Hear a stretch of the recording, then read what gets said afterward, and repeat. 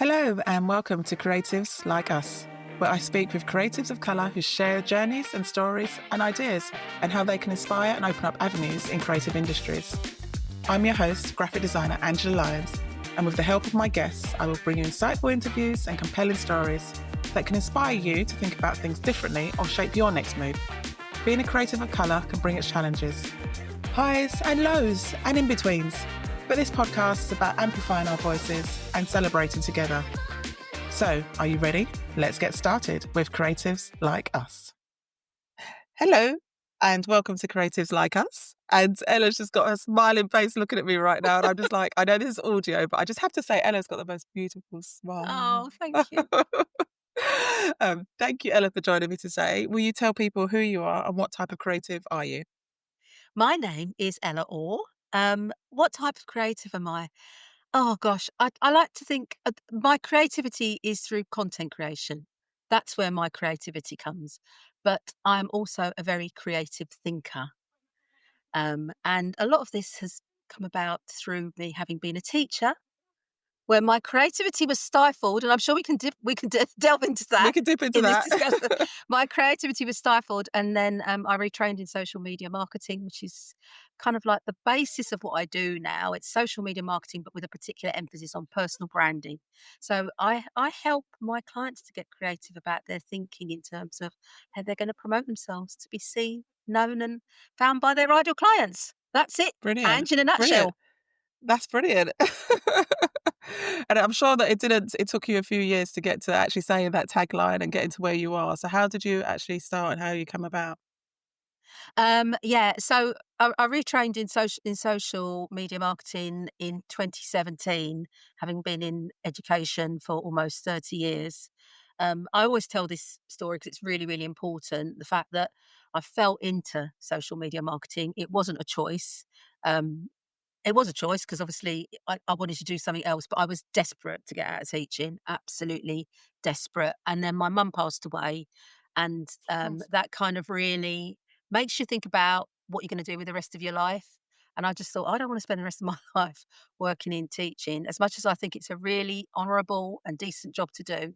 I just had to do something different, and I'd had a bit of a sort of like mental breakdown as a result of spiraling down through being in education. So, yeah, so I was just sitting scrolling on my phone one day, and I thought, oh, you can scroll on your phone, and I'm quite good at communication. Is there there's some kind of job that you can do in this? And that was how I fell upon the did fact that, you actually type that in Google? yeah, I just typed in, is there a job in social media? Yes, social media and writing. And then the first thing that came up was this course with digital mums, I, which no longer exists. But yeah, it was a training provider for women, well, for parents.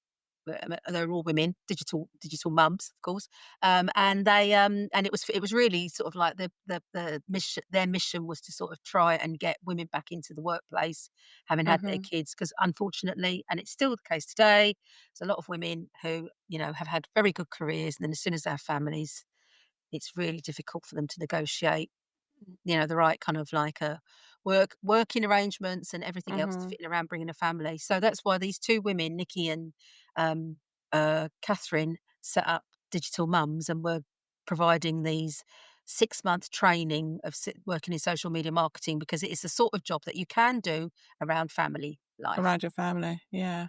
Mm. Their SEO must have been amazing if you typed that in and they popped Yeah. up first. Yes. Yeah. Yeah. Yeah. Yeah. Yeah. That's Yeah. brilliant. Yeah, and That's I fantastic. could afford to pay to do the course because my mum had left me some money in her will. So, because like, kinda Yeah. like, it was all meant to be. So it all fell in place, all meant to be. Yeah, yeah. Cool. So can you tell people what you do now in your business? Because your LinkedIn bio is really cool, and obviously you work on personal branding with professionals. So can you just tell us a little bit more about that? Yeah, so what that means is that, I'm working with people. I tend to work with people one to one because obviously it's personal branding, um, and people find me through LinkedIn primarily because that's the platform that I'm mostly am on.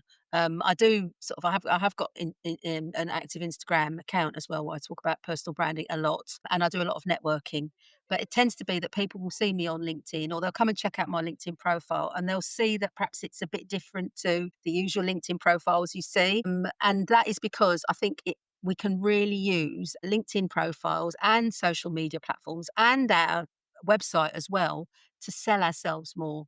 So it's not just about selling our business and what we're offering in terms of goods and services, but it's also about the fact that you're using your personality. So I help people to sort of like find what's within their personality, their personal strength, their professional strengths, and all the other things they've achieved, bringing that all together in terms of creating this sort of like personal brand identity, I would call it, or your personal brand pillars.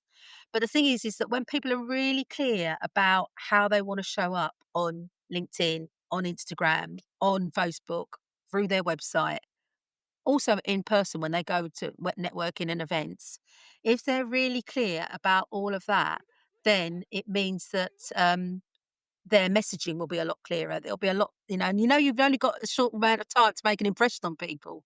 So I help people with that in terms of consultancy. So people work with me one to one. They can work with me just for like a one off session, or they can work with me for a longer period of time. But it's Mm. because it's one to one work and it's very personal. That's the thing. Personal branding is very personal, of Yes, it course. is. And it's also a real mindset shift. So I have to kind of go with what the client needs. I can't just say to people, you're going to need so many sessions in order for you to get to that point, because some people move quicker than others. Some people are more comfortable with it than others. So Mm, it really is a consultancy mhm.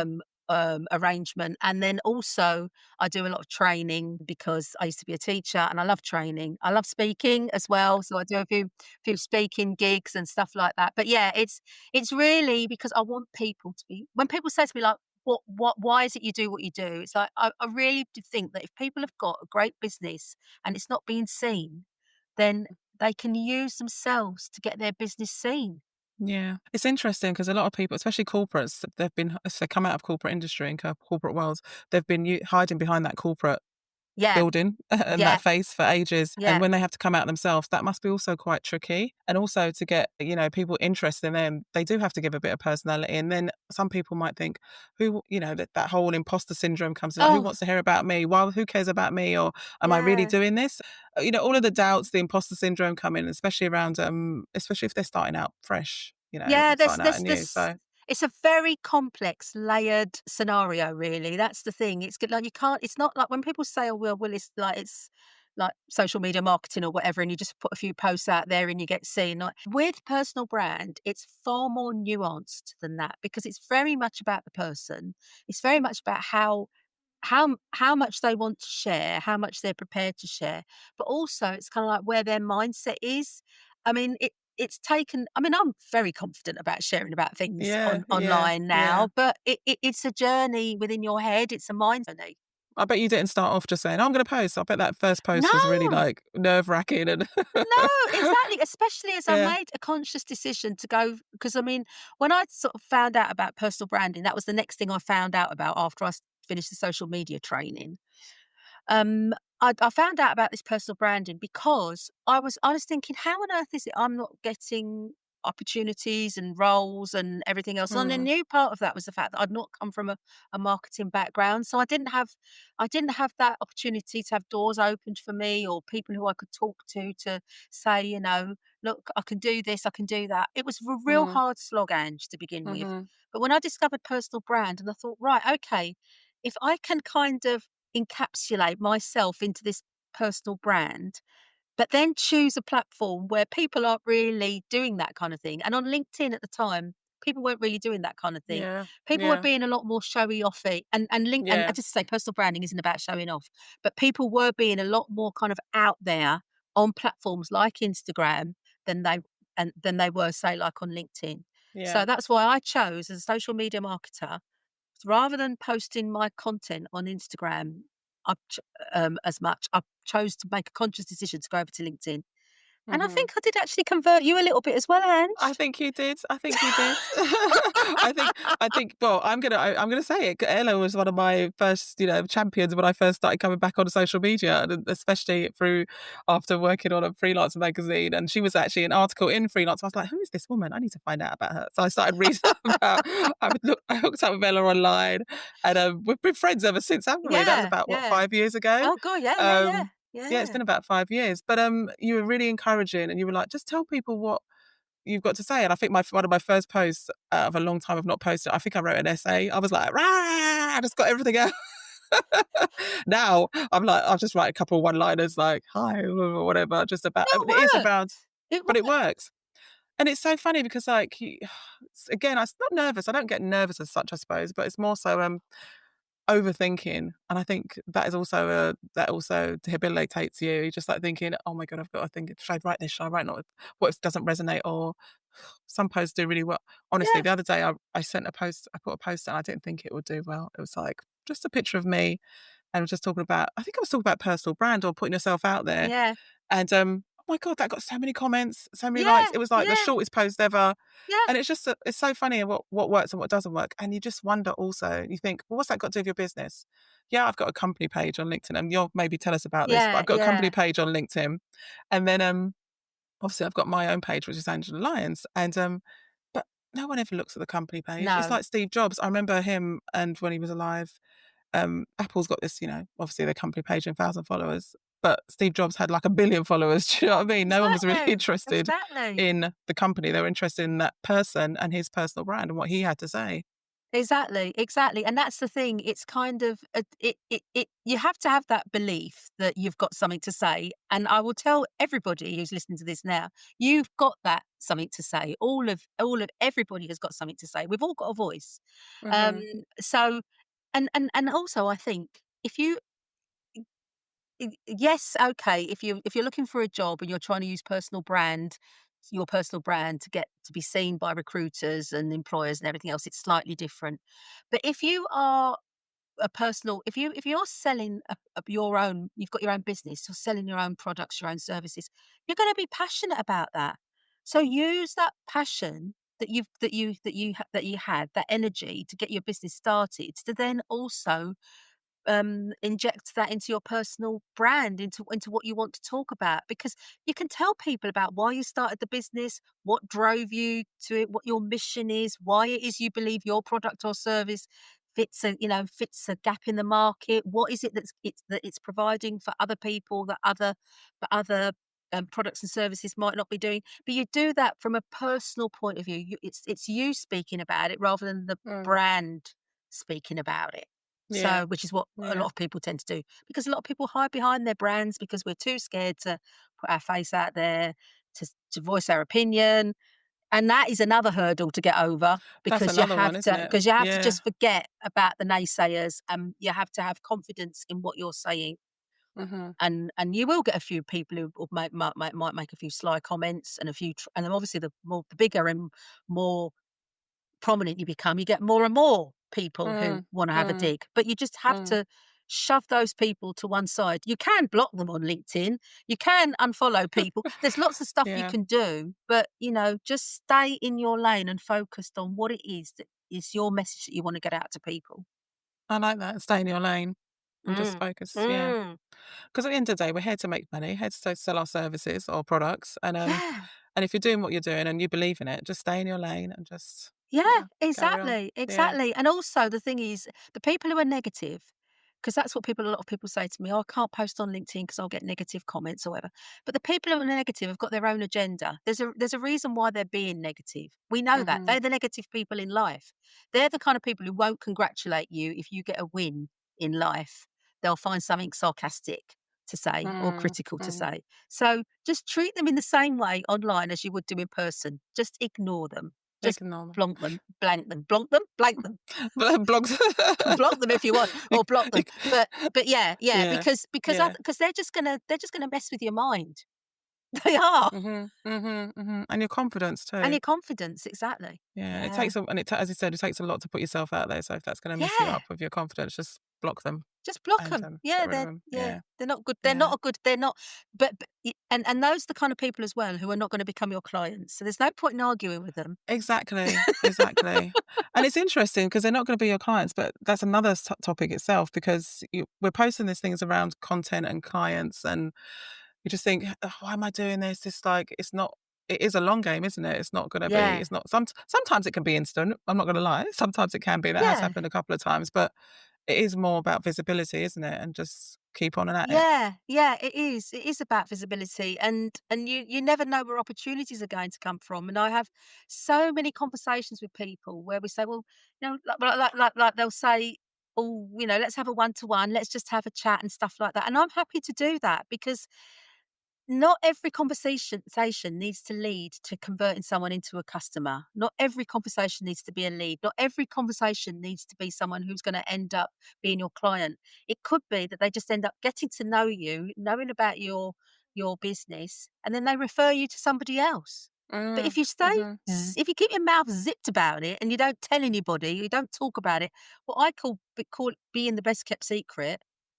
How on earth are people gonna know How are about they gonna about know? you? Yeah. That's why those every time you get an opportunity to have a conversation with someone, um, even if you think, "Oh god, I can't be bothered to go on that Zoom call," or "I can't be bothered to go and meet them for a coffee," believe me, it will be worth it because somewhere down the line, it's gonna benefit you. You Mhm. have to have belief in that thing that somewhere down the line is gonna benefit you because it will. I love that. Brilliant. I'm gonna tell you a I love story in that. a minute. I'm gonna tell you another story in a minute, Do you wanna Ange, about Omar. Oh, do you wanna tell me now? Yeah, You can yeah, tell me yeah. now. I So do do you know that. what I was gonna there's a couple of questions. You could do this question about Omar. Omar is a lovely person that we met at Creatives Like Us, the event that I co-created with Io and Vanessa, and Ella was there and Omar was there. So tell us the story. Yeah. So I met Omar at the last Creatives Like Us event. Everybody, you need to come to Creatives Like Us. I'll Um, put the link in the show notes for the next meetup y is. you couldn't have put 2 more different people in the same room, you know? I mean, Omar is a fitness trainer in his 30s. He lives down in in London. I mean, I'm from London originally, but I don't live in London anymore. But, I'm this middle-aged, social media marketer living in leafy Leicestershire. That's where I live. But anyway, I was chatting to Omar a little bit at Creatives Like Us at, Ange and Io's and Vanessa's event. And then quite coincidentally, I saw him a few weeks later at another event. And from those 2 conversations, last week we had a really good chat on Zoom for Oh, an hour and 20 minutes, something like s that. And, we're finding and we've just been getting to know a bit more about each other's businesses. I was asking him about his fitness, stuff. He was asking me about my LinkedIn coaching I and love stuff like that. that. But, it's just that from that conversation, he's now in here. He's in my head now. Yeah, yeah, It's not like been dismissed. So I'm not necessarily saying, oh, we're going to end up being each other's clients or anything like that. But it's just that forming of another really good contact. And yeah, that's what we need to be doing. yeah. I love that. Yeah. So That's so thanks, brilliant. Ange. That's all right. It's brilliant. But that's the whole point of creatives like us too. And the point of one of the points of this podcast is connecting people, and Yeah. especially people of colour, just helping each other out. I'm not saying Yeah. that it's just No. because it's hard. It's hard out there, if and it's even harder sometimes when you're a person of Yeah. colour and you walk into that room. So, yes, I'm very glad that you and Omar spoke. That's brilliant. So, I'd love to ask. There's a bit in this podcast that I talk about the catalyst connection, and I know you've maybe spoke about it a bit before and you did your own kind of research why you came across the role you're doing today. But is there anyone in your path who helped you achieve your proud moment of where you are now? Was there like a Uh, catalyst or someone? I'm sure there are many, but is there one that I've got that really stood out?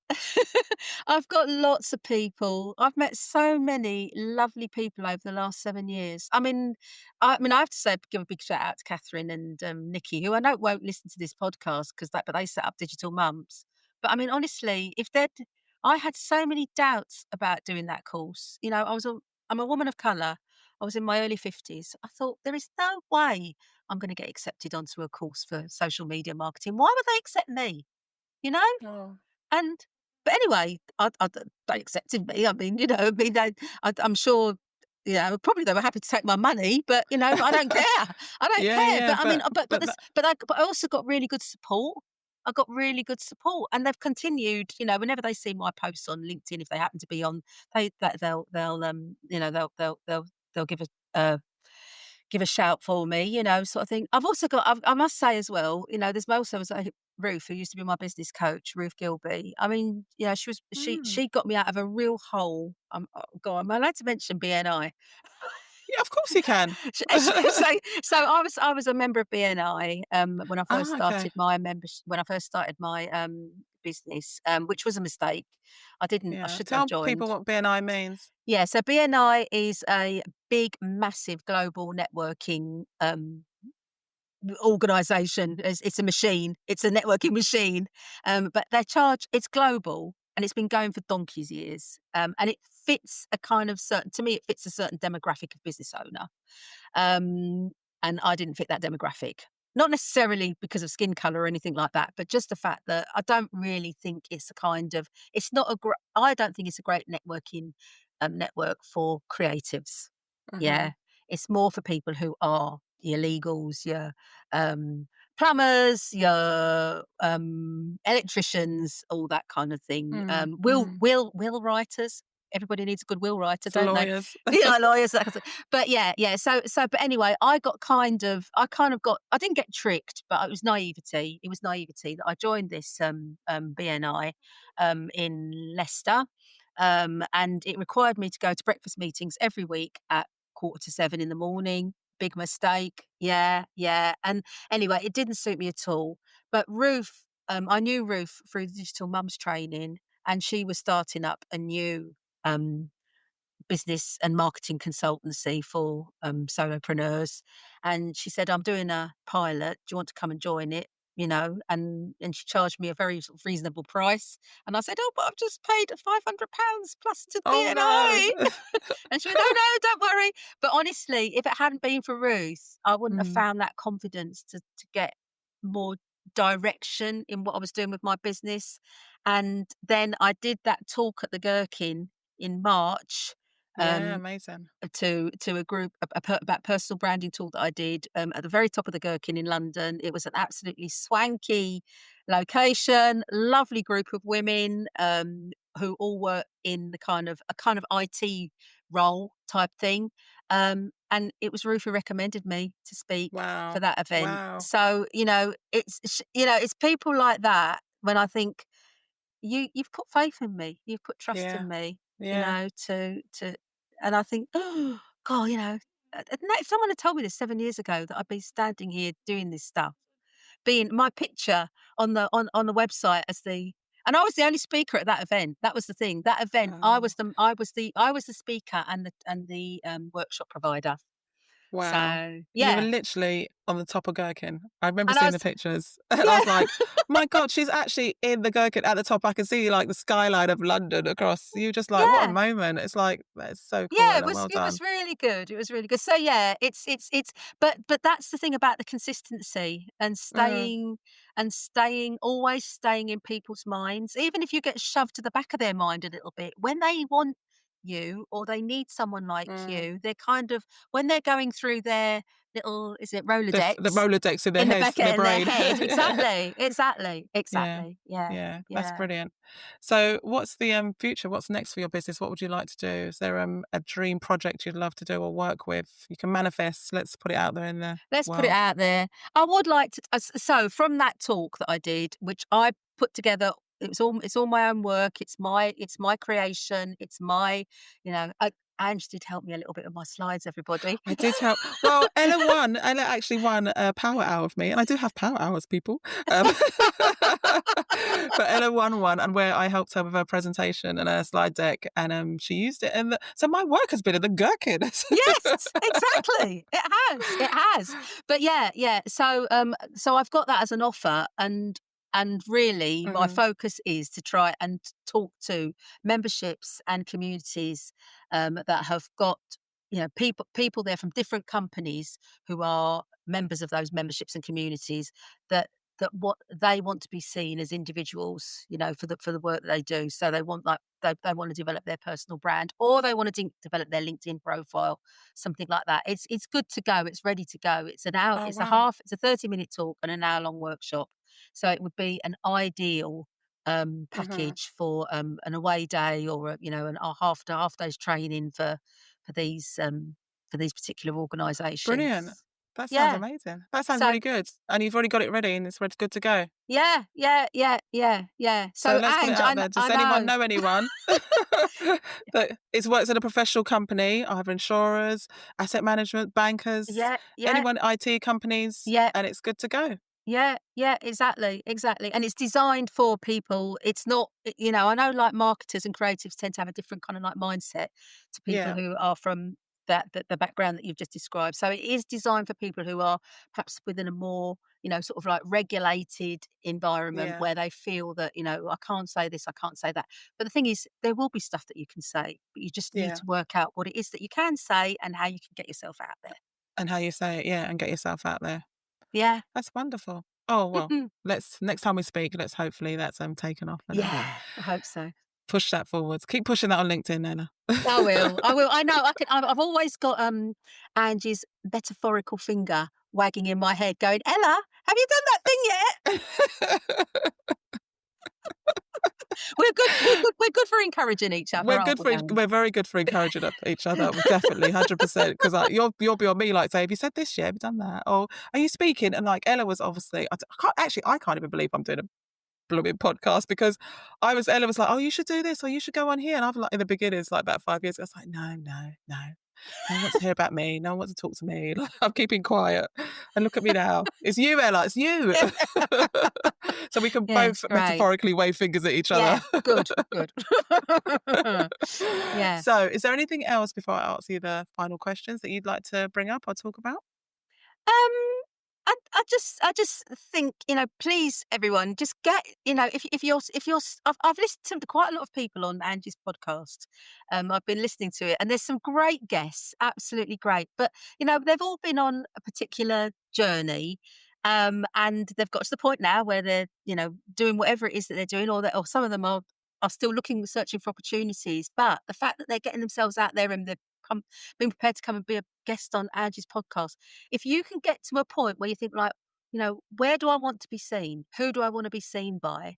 And then work backwards from that, because you really, you need to get your Mhm. mindset to a point where you can really get to the stage of achieving those little goals, little steps Yeah. that you need to Mhm. take. But yeah, yeah, really, because everybody is capable of it. Nobody is, hasn't got the face for, hasn't got the voice for, hasn't got the message for.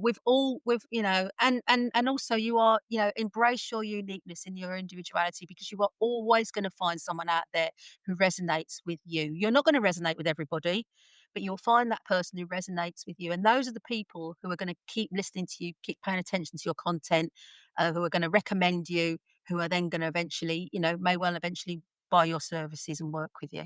Yeah. I love that. That is actually perfect. And it's true. It does happen. It will work. Yeah. Honestly. I love that, Ella. Thank you. So let's end on a personal note to yourself. What would advice, I know it's a tough one, it's really hard, but what advice would you ask your teenage self? I just wish I'd used my voice more. I really Yeah. do. I wish I'd, spoken up more and not being so. I think the thing was that we're always worried about being judged. We're always fearful about what the potential backlash could be.